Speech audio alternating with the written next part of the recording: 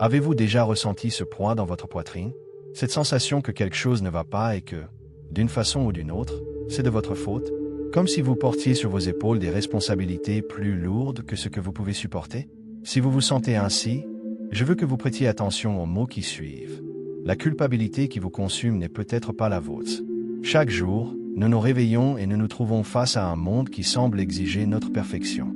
Un monde qui nous fait croire que nous devons avoir toutes les réponses, que nous ne pouvons pas commettre d'erreurs, que nous devons être toujours productifs, toujours heureux, toujours en contrôle. Et quand nous échouons, parce que nous échouerons inévitablement, la culpabilité apparaît comme une ombre, murmurant à notre oreille que nous ne sommes pas assez bien. Mais si je vous disais qu'une grande partie de cette culpabilité a été plantée en vous, que beaucoup des voix qui vous accusent ne sont pas réellement les vôtres. Je me souviens d'une patiente que j'ai reçue un jour. Une femme brillante, dévouée, travailleuse infatigable.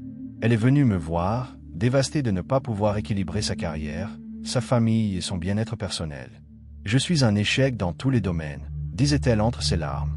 Ce qui était intéressant, c'est qu'en explorant ensemble l'origine de cette culpabilité, nous avons découvert qu'elle ne venait pas d'elle. C'était l'écho d'attentes impossibles qu'elle avait intériorisées depuis l'enfance. Comme le dirait Jung, nous sommes constamment en dialogue avec nos ombres, ces parties de nous-mêmes que nous réprimons, que nous nions, que nous cachons. Et souvent, la culpabilité est précisément la manifestation de ces ombres qui crient pour être reconnues. Réfléchissez un instant. Combien de vos culpabilités sont réellement les vôtres? Combien sont des attentes que vous avez absorbées de vos parents, de la société, de la culture, des algorithmes qui vous bombardent quotidiennement d'images de vie apparemment parfaites? La culpabilité peut être une manifestation de ce que les psychologues appellent introjection, le processus par lequel nous intériorisons des valeurs, des croyances et des jugements externes sans les remettre en question. Et ainsi, sans nous en rendre compte, nous commençons à nous punir pour ne pas avoir répondu à des standards que nous n'avons jamais consciemment choisis. Ce qui est le plus ironique, c'est qu'on nous apprend dès notre plus jeune âge à nous sentir coupables. À l'école, nous nous sentons coupables de ne pas avoir les meilleures notes. À la maison, nous nous sentons coupables de ne pas être l'enfant parfait. Au travail, nous nous sentons coupables d'avoir besoin d'une pause.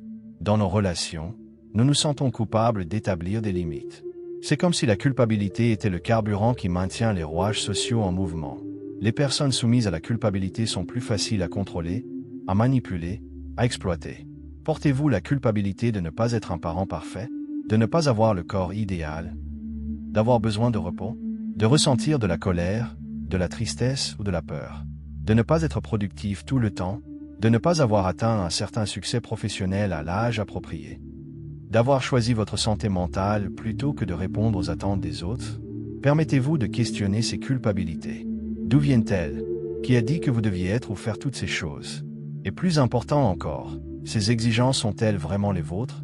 Il existe une différence cruciale entre culpabilité et responsabilité. La responsabilité nous pousse à grandir, à apprendre de nos erreurs, à réparer les dommages lorsque c'est nécessaire. Elle regarde vers l'avenir. La culpabilité, en revanche, nous paralyse, nous maintient prisonniers du passé, rongeant notre énergie vitale sans offrir de chemin de transformation. La responsabilité dit « Cela s'est produit. Que puis-je apprendre? Comment puis-je faire différemment la prochaine fois ?» La culpabilité, quant à elle, martèle sans cesse « Cela s'est produit parce que tu es inadéquat, parce que tu es incapable, parce que tu ne mérites pas de bonnes choses. » Faisons un exercice ensemble maintenant. Fermez les yeux un moment, si vous êtes dans un endroit sûr pour le faire. Respirez profondément. Maintenant, pensez à une situation récente qui a éveillé de la culpabilité en vous. Visualisez cette culpabilité comme un objet. Quelle forme a-t-elle? Quelle couleur? Quelle texture? Maintenant, demandez à cette culpabilité. Es-tu vraiment la mienne? Ou est-ce que je porte quelque chose qui ne m'appartient pas? Pour beaucoup d'entre nous, la culpabilité fonctionne comme un mécanisme de contrôle interne. Nous croyons, inconsciemment, que si nous nous punissons suffisamment, nous éviterons de commettre les mêmes erreurs, que la culpabilité nous rendra meilleurs. Mais la vérité est que la transformation authentique n'est rarement de l'autopunition, elle vient de la compréhension de soi, de l'acceptation et de l'engagement conscient envers de nouvelles voies. Pensez au moment où vous avez vraiment grandi dans la vie. Est-ce à travers la culpabilité paralysante ou à travers l'acceptation compatissante de vos erreurs et limitations? La culpabilité qui vous consume n'est pas la vôtre parce que, souvent, elle ne vous sert pas, elle sert des structures externes qui bénéficient de votre jugement constant de vous-même. Une personne consumée par la culpabilité questionne rarement le système qui la fait se sentir inadéquate. Elle est trop occupée à se blâmer pour réaliser que le problème n'est peut-être pas en elle, mais dans les attentes irréalistes auxquelles elle tente de se conformer. Pensez au marché de la consommation, par exemple. Combien de produits sont vendus sur la base du sentiment d'inadéquation? Des crèmes anti-âge pour les femmes qui devraient toujours paraître jeunes. Des suppléments pour les hommes qui devraient avoir des corps musclés. Des cours pour les professionnels qui devraient se mettre constamment à jour, même au détriment de leur bien-être. La culpabilité est l'un des moteurs les plus puissants de la consommation effrénée, et ce n'est pas un hasard. Ou considérez les relations familiales. Combien de fois avons-nous entendu des phrases comme « après tout ce que j'ai fait pour toi » ou « tu me dois bien ça ?» La culpabilité devient une monnaie d'échange, une forme subtile de manipulation émotionnelle qui maintient les relations dans un déséquilibre de pouvoir. Et sur les réseaux sociaux, l'exposition constante à des vies apparemment parfaites, à des corps apparemment parfaits, à des maisons apparemment parfaites, à des relations apparemment parfaites. Tout cela crée un terrain fertile pour la comparaison et, par conséquent, pour la culpabilité. Pourquoi ma vie n'est-elle pas comme ça? Nous demandons-nous, sans réaliser que nous comparons notre réalité complète avec des extraits soigneusement édités de la vie des autres. Vous n'avez pas besoin d'être parfait pour mériter l'amour et l'appartenance. Vous n'avez pas besoin de répondre à toutes les attentes pour avoir de la valeur. Vos erreurs ne définissent pas qui vous êtes. Ce sont simplement des événements, des moments, des apprentissages sur le chemin. Bien sûr, il y a des moments où nous sommes réellement responsables de quelque chose que nous avons fait et qui a causé du tort. Dans ces cas, la culpabilité peut être un signal important, nous invitant à réparer, à demander pardon, à changer de comportement. Mais même dans ces moments, la culpabilité n'est utile que lorsqu'elle nous pousse à l'action réparatrice, et non lorsqu'elle nous maintient prisonniers dans un cycle d'autopunition. Le philosophe existentialiste Jean-Paul Sartre parlait de l'angoisse de la liberté, le poids de savoir que nous sommes responsables de nos choix. Mais il y a une différence fondamentale entre porter le poids de la responsabilité consciente et succomber au poids de la culpabilité imposée. La première nous donne du pouvoir, la seconde nous opprime. Ce que je suggère ici n'est pas un rejet complet de la responsabilité personnelle. Loin de là. C'est une invitation à distinguer entre la responsabilité consciente qui nous donne du pouvoir et la culpabilité toxique qui nous diminue. Peut-être vous demandez-vous, si la culpabilité n'est pas la mienne, à qui est-elle alors? C'est une question complexe. Une partie de la réponse se trouve dans les structures sociales qui nous ont façonnés, dans les attentes familiales, dans les traumatismes intergénérationnels, dans les systèmes économiques qui valorisent la productivité au-dessus du bien-être, dans les médias sociaux qui ont transformé nos vies en vitrines de comparaison constante. Mais attribuer la culpabilité à ces forces externes n'est pas l'objectif final. Le véritable objectif est la libération, c'est reconnaître ces influences pour ensuite faire des choix plus conscients et alignés avec qui vous êtes vraiment et avec ce que vous valorisez réellement. Parlons un peu de la façon dont la culpabilité se manifeste physiquement dans notre corps. Avez-vous déjà remarqué comment une pensée de culpabilité intense peut générer une sensation immédiate de serrement dans la poitrine? Comment elle peut accélérer nos battements cardiaques, tendre nos muscles, altérer notre respiration? La culpabilité n'est pas seulement un état psychologique, c'est une expérience viscérale, incarnée. Des études sur le stress chronique, et la culpabilité est une forme puissante de stress, montrent comment il peut compromettre notre système immunitaire, nuire à notre sommeil, interférer avec la digestion, contribuer aux douleurs chroniques. En d'autres termes, la culpabilité que nous portons ne nous consume pas seulement émotionnellement, elle rend littéralement notre corps malade. Et le plus troublant, souvent, nous ne percevons même pas ce processus en cours. La culpabilité devient si familière, si partie intégrante de notre paysage intérieur, que nous perdons la capacité de l'identifier comme quelque chose de séparé de nous. Elle se camoufle comme conscience, comme sens du devoir, comme autocritique constructive. Mais dans son essence, elle reste cette voix implacable qui nous dit « Tu n'es jamais assez ». Un autre aspect intéressant, la culpabilité existe rarement seule. Elle est généralement accompagnée d'autres émotions difficiles, honte, peur, colère tournée vers l'intérieur. C'est comme si ces émotions formaient une toile complexe, chacune nourrissant et renforçant l'autre. Vous vous sentez coupable d'être en colère de vous sentir coupable, honteux de ressentir de la colère, et ainsi de suite, dans un cycle apparemment sans fin. Alors, comment interrompre ce cycle? Comment commencer à démanteler cette toile d'émotions toxiques qui nous maintient prisonniers? La première étape est peut-être simplement de reconnaître la présence de la culpabilité dans notre vie. De la nommer quand elle apparaît. Ah, c'est de la culpabilité. Cet acte simple de conscience crée déjà une petite séparation. Vous n'êtes pas votre culpabilité. Vous êtes celui qui observe sa culpabilité. La deuxième étape implique d'enquêter sur l'origine de cette culpabilité spécifique. Se demander, quand ai-je commencé à me sentir ainsi? Qui m'a enseigné que c'était quelque chose dont je devais me sentir coupable? Cette croyance sert-elle ma croissance et mon bien-être? Une troisième étape cruciale est de développer l'autocompassion. Des recherches menées par la psychologue Christine Neff montrent que les personnes ayant une plus grande autocompassion ont la capacité de se traiter avec gentillesse, particulièrement face aux échecs et aux difficultés, sont plus résilientes, plus créatives dans la résolution de problèmes, paradoxalement, plus enclines à assumer la responsabilité de leurs erreurs que les personnes dominées par une autocritique sévère. L'autocompassion n'est pas de l'auto-indulgence ou l'évitement de la responsabilité. C'est simplement la reconnaissance de notre humanité partagée. Nous commettons tous des erreurs, nous affrontons tous des défis, nous méritons tous compréhension et gentillesse, y compris de nous-mêmes.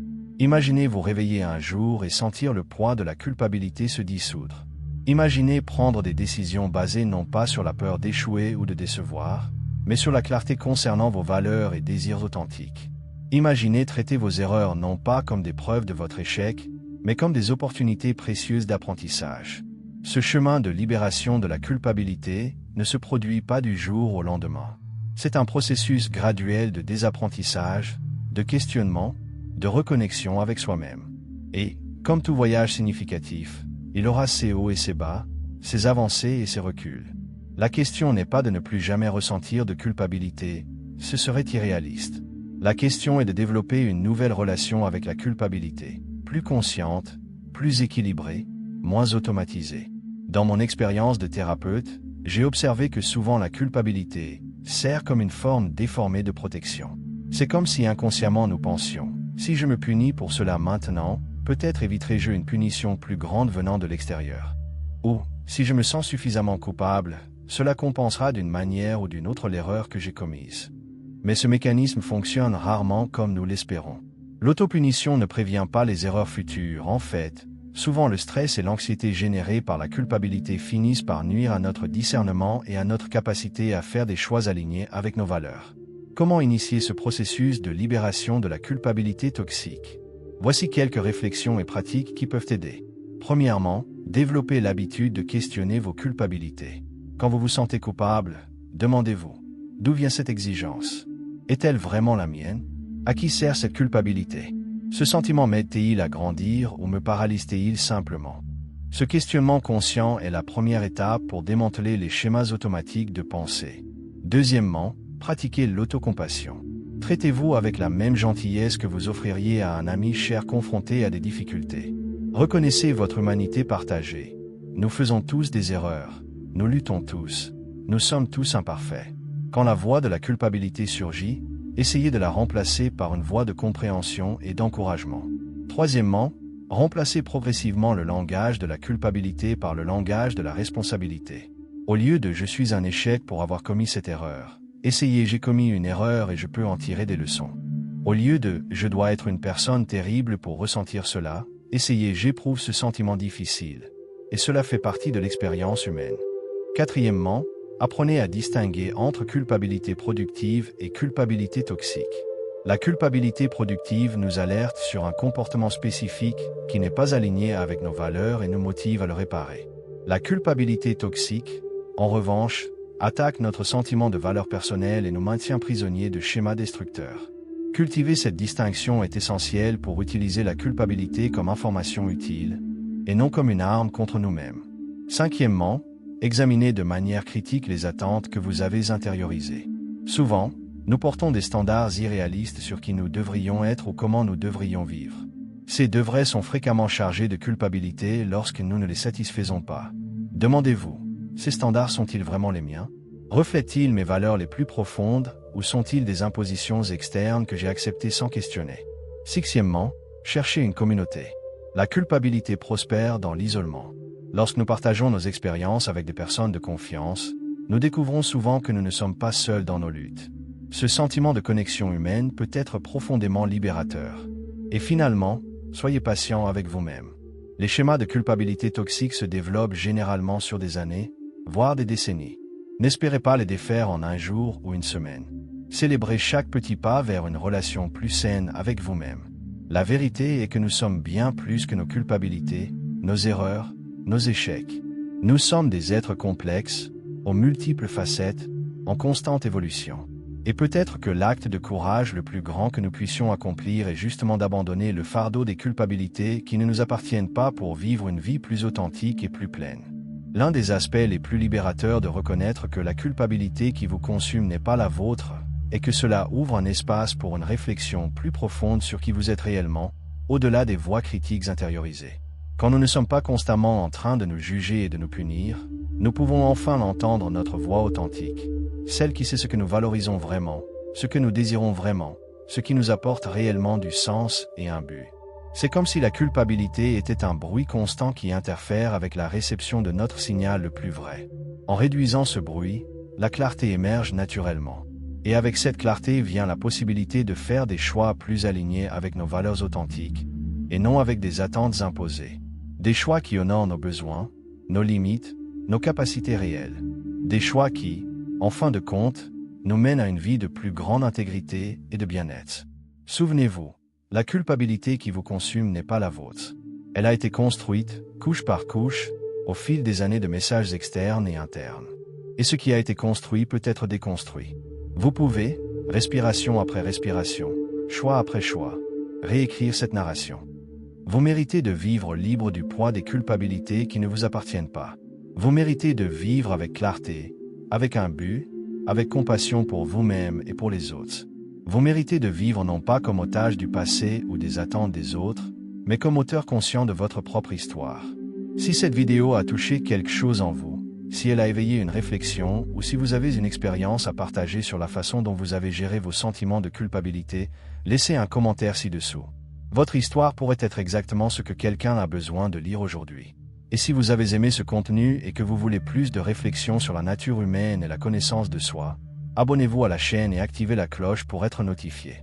Nous continuons ce voyage de connaissance de soi ensemble, une vidéo à la fois. À bientôt.